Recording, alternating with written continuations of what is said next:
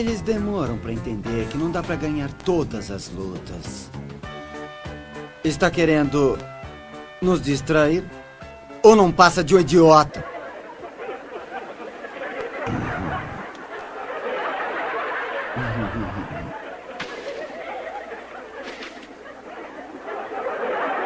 Anda! Se quer lutar, vem logo.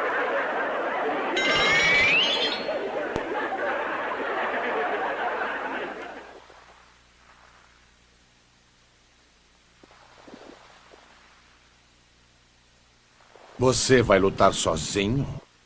17. É claro, embora você não mereça ser eliminado por mim, você é um inútil. Perfeito. Se tiver um só oponente, vou poder vencê-lo.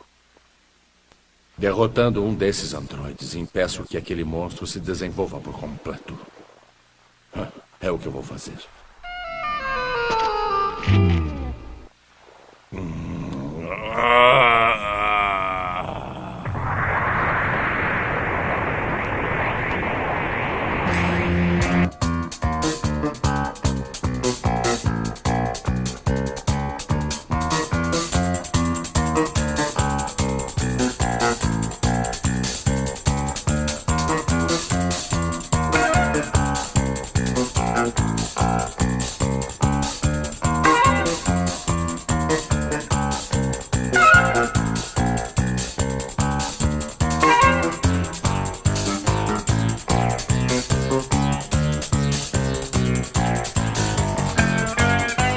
Embora ele esteja muito longe, parece que ele está bem na nossa frente, soltando todo o seu ki.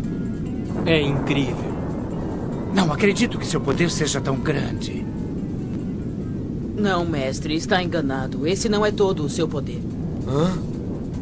Agora que Piccolo se fundiu com Kami-sama, é capaz de levar seu ki a níveis muito altos. E isso é só o começo. É verdade o que está dizendo?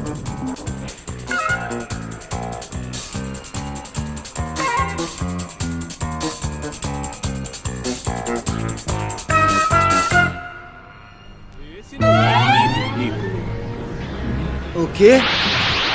Ah!